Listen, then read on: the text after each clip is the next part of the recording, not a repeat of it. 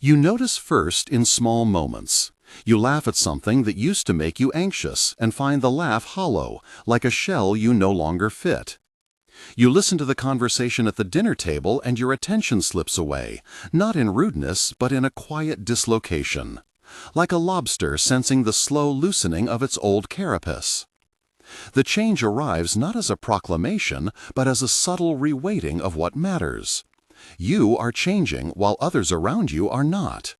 If this subject matters to you, stay with me to the end. If what I say lands, consider subscribing and liking so more people can find these words. There is a hardness to this truth that Krishnamurti stated plainly. True inward change often separates you from those who have not changed. He did not mean to shame nor to celebrate. He named a pattern. The consequence is undeniable for many seekers: loss, estrangement, quiet bewilderment. I want to talk about that hard truth with tenderness, what it costs, how to recognize it, what to do when it happens, and how to hold both truth and compassion in your hands. Imagine the caterpillar in the leaf-strewn quiet of late afternoon. It eats, rests, repeats. From the outside there is no hint of the chrysalis that will form, nothing to warn the garden of the impending metamorphosis. When the time comes, the caterpillar withdraws. The world seems to continue without noticing, and then the impossible slow work of transformation begins. In that interval, the only time the insect is both not and not yet, vulnerability rules. The old skin must be left behind. The new body is delicate. Predators find the soft-shelled creature an easy meal. There is risk, there is solitude. You have been through that in your own way. Maybe it was a sudden opening in meditation, a crisis that shredded your certainties, a book that burned a new image into your mind, or a prolonged grief that loosened your attachments. Or perhaps it was a series of small insights that, added together, made the old life feel like a costume. Whatever opened you, the consequence is often the same. Some relationships remain comfortable, some grow taut, and some break. At the center of that tension are choices. One choice is concealment. To continue in the costume, to rehearse the old you because it keeps the table intact, the paycheck steady, the family gatherings minimally complicated. Concealment is pragmatic. It is also corrosive. It demands constant performance. It steals energy. It tells you to prioritize belonging over truth. The other choice is authenticity, to align your outer life with your inner movement, to speak about what you notice, to refuse certain pretenses. Authenticity is costly. It risks bewilderment, anger, pity, even exile. I have sat with people who chose the first path out of love and responsibility. A woman I know kept her new practice private because her spouse's job and sense of security depended on certain rituals she no longer shared. She learned to compartmentalize, to show tenderness without announcing her inner shifts. Over years, she carried two separate weights: the relief of living some truth and the exhaustion of sustaining an old performance. Her children loved her. Her interior life quietly sang. The cost was a slow erosion of spontaneity and a persistent sense that something in her was on hold. In another room, a man chose the other path. He walked away from a community that labeled him heretical because he asked uncomfortable questions about belonging and salvation. The walk was abrupt and left open wounds. He lost friends, invitations, and a small business that depended on those networks. He found, initially, a terrible silence. He felt exposed as the lobster who just shed his shell and had nowhere to hide. But he also found that a few people began to come near who did not demand the old performance. They asked different questions and allowed the new textures of his life to exist. Both stories are true. Neither path is free of cost. This is where Krishnamurti's hard truth intersects with compassion. Truth brings loneliness, but loneliness is not necessarily a judgment on you. It can be a sign that something inside you has become liquid enough to rearrange itself. Tell yourself that gently. This loneliness is not proof you were wrong. It may be proof you are moving. Yet a warning. The experience of separation can create a new form of identification, the spiritual ego, that paradoxically substitutes one mask for another. You begin to measure the world by who has awakened and who remains asleep. You might find yourself subtly savoring the sense of being different or slipping into a posture of moral superiority. If you hear that voice inside you that relishes the separation, name it. It is not the same as the clarity that arises when you genuinely inhabit a different perspective. The spiritual ego is the lobster who mistook the soft new shell for evidence of being somehow purer. So, how to navigate? There are practical postures that preserve integrity without accelerating needless harm. First, cultivate clarity about your responsibilities. Honoring truth does not mean abandoning duties. There are obligations to family, to work, to health. The ethical path here is not spectacular self-denial nor wholesale rebellion. It is thoughtful negotiation. Speak when your voice can be heard with safety. Remain silent when your words would harm without offering understanding. Silence here is not cowardice. It is a form of discernment. But silence must not become perpetual concealment. Make a plan. If you must withhold for a season, name that withholding as temporary and intentional. Second, practice compassionate explanation. When you begin to speak, do so with tender honesty. Replace declarative superiority with curiosity. Tell your family or friends about the inner shift in terms they can hear. Talk about what you no longer resonate with and what you are learning. Invite dialogue, not conversion. Often people respond less to ideas than to the way you hold them while you speak. Imagine saying, at a family meal, "I'm noticing lately that the things I used to do by default don't feel like mine anymore. I still love you. I'm learning how to live from a different center." The sentence is simple. It refuses both defensiveness and evangelism. It sets a tone. Third, build new scaffolding. The way you sense belonging will change. Your old networks may contract. New ones will not appear by magic. Seek communities that welcome nuance. Meditation groups, contemplative circles, therapy groups, volunteer projects where shared work bypasses doctrinal alignment. Not every community will be sacred. Many will be provisional. Try them. Some will fail you, some will sustain you. The courage is in showing up again and again. Fourth, practice small gestures of continuity. Let gratitude be your companion. Release with gratitude the ties that no longer align. Don't manufacture drama. Instead, offer a brief ritual of farewell when appropriate. A letter, a conversation, a small gathering that names the change and honors what was shared. Rituals give closure in a way that abrupt departures do not.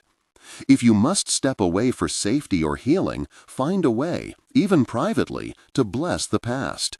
It keeps bitterness at bay. Fifth, employ craftsmanship of inner work. Meditation, therapy, embodied practices, honest friendship. These are all methods of softening and integrating. They do not guarantee reconciliation with those you left behind, but they reduce the harm of your departure becoming a story of resentment.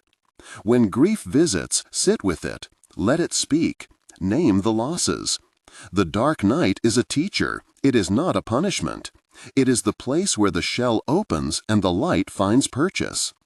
There will be days when you are tempted to present your change as an ultimatum. If you do not accept my new way, then you are out. Refrain. Ultimatums are blunt instruments that rarely serve the long-term fabric of relationships. Instead, model continuity. Show how compassion looks in your new posture. Be consistent in small acts. If your neighbor needs help moving a table, help. If a painful exchange arises at dinner, choose curiosity over righteous rebuttal. These are slower, more humble ways to transform a field. At the same time, know when to let go. Some relationships are fixated on collapsing you into an older identity. If repeated conversations yield only mockery, ridicule, or attempts to gaslight your experience, protect yourself. Distance can be a rectifying space. Release with grief, not with triumph. You do not leave to punish them. You leave to preserve the conditions for your growth. There is a moral imagination that guides how you leave. Do it without annihilation. Make space for their story. They too are acting from their level of perception. Imagine them as a familiar village you once lived in. You may never return as the same person. You will carry the village in memory, and sometimes in longing. Hold that memory tenderly. It will keep you humane. Let me describe a scene to make this concrete. Picture a small kitchen late in winter. Steam rises from the pot on the stove. The house smells of cinnamon and coffee. You and your brother stand opposite one another. You have rehearsed nothing. You feel the old need to be agreeable pressing against the new need to be honest. You begin haltingly. "I've been practicing sitting quietly these days. I feel different about some things." He laughs, not cruelly, but with a tone that says, "This again?" You feel the heat of embarrassment, the memory of previous arguments. You also feel a steadier flame of whatever new center is forming. He asks a question that is sharper than you expected. "Are you saying you don't believe the family traditions anymore?" Pause. You could deflect. Instead, you say, slowly, "I don't know what I believe in the way I used to. I still love the holidays. I want to keep showing up. But I might not sing all the old songs the same way." The moment holds a fragile possibility. He may accept. He may recoil. But by speaking with care, you have given the relationship room to rearrange. You will fail in many conversations. You will phrase things badly. You will be misread. That is part of the process. The test is not a single exchange, but a trajectory of patience, clarity, and boundary setting. Now about the dark night. This is the center of the storm where the weight of loss becomes most acute. It is not merely loneliness. It is the dissolution of identity that was built on external validation. You may find yourself waking at dawn with a panic that has no obvious object. You may grieve as though someone has died. People may tell you to get over it or focus on the positive. Resist the sirens of quick fixes. The appropriate response is presence. To sit with the ache, to name it, to bring small practices that do not promise immediate relief, but that witness you through.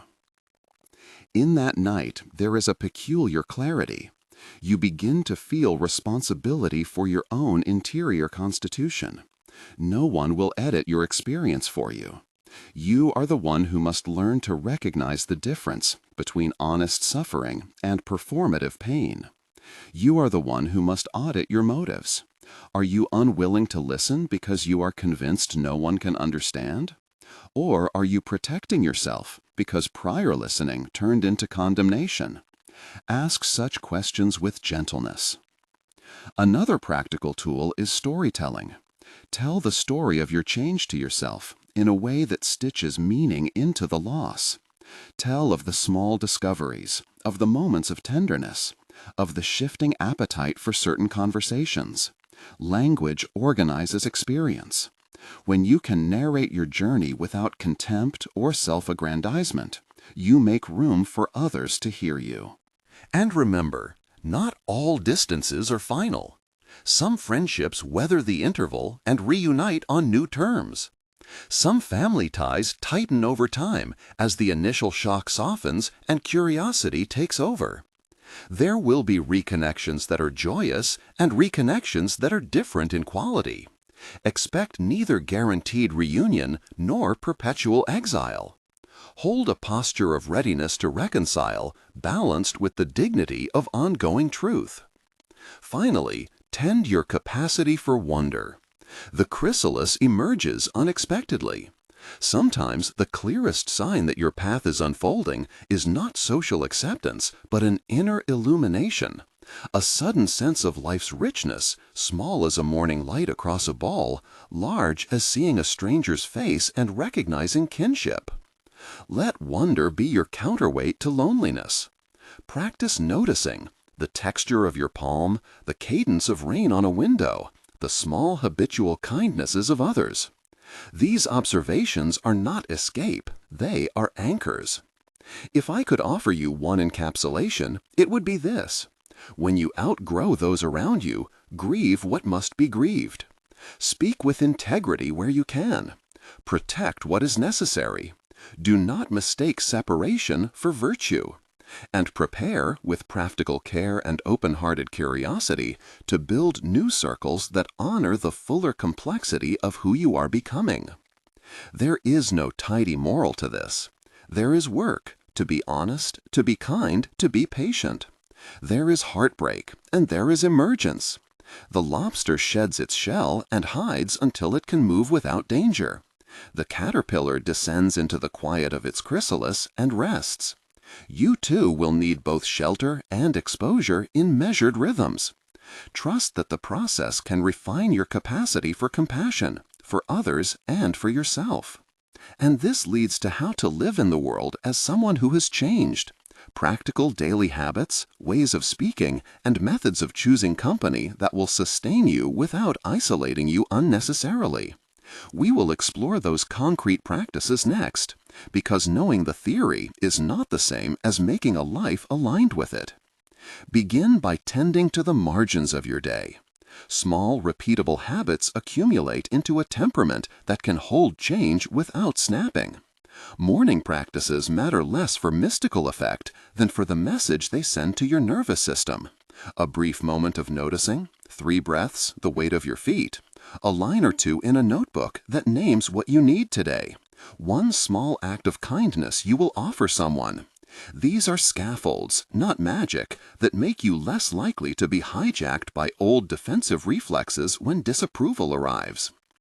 Choose language that reduces escalation. Replace "you always" and "you never" with observations that begin with your interior state. "I felt unseen when," or "I need a pause before we go deeper." Simple scripts work in most fraught moments because they remove the temptation to justify or persuade. Practice them aloud until they lose their theatricality and become honest manners of speech. If a conversation goes sideways, give yourself a soft exit line. "I want to stay engaged, but I'm not able to continue this right now." Then leave the space and resume only when you can show up clearly. Curate company in layers. Keep a small core of people who have proven steady. Build a wider circle of curious companions who share interests rather than histories. Allow acquaintanceship to be the default for many until trust is earned. Test new relationships with low-stakes generosity. Meet for coffee, take a walk, collaborate on a small task, rather than exposing your most tender losses too early. Notice patterns. Who asks questions and listens? Who deflects back to themselves? Let reciprocity be a gradual threshold rather than a litmus test that must pass overnight. Create rituals that honor both solitude and community. Weekly solitude gives your interior life room to recover. Weekly service or learning keeps you connected to shared purpose. Keep some commitments small and non-negotiable. A weekly call with one kind person. An evening routine that signals rest. A monthly creative practice that asks nothing of anyone but your presence. Finally, widen your capacity for curiosity toward others and yourself. Ask with real interest and permit answers that disappoint. Expect conversations to be imperfect and treat each as data, information about boundaries, compatibility, and mutual care. Over time, these practices do not simply protect you, they refine how you move through the world, making it possible to be honest, kind, and steadily present as you keep becoming.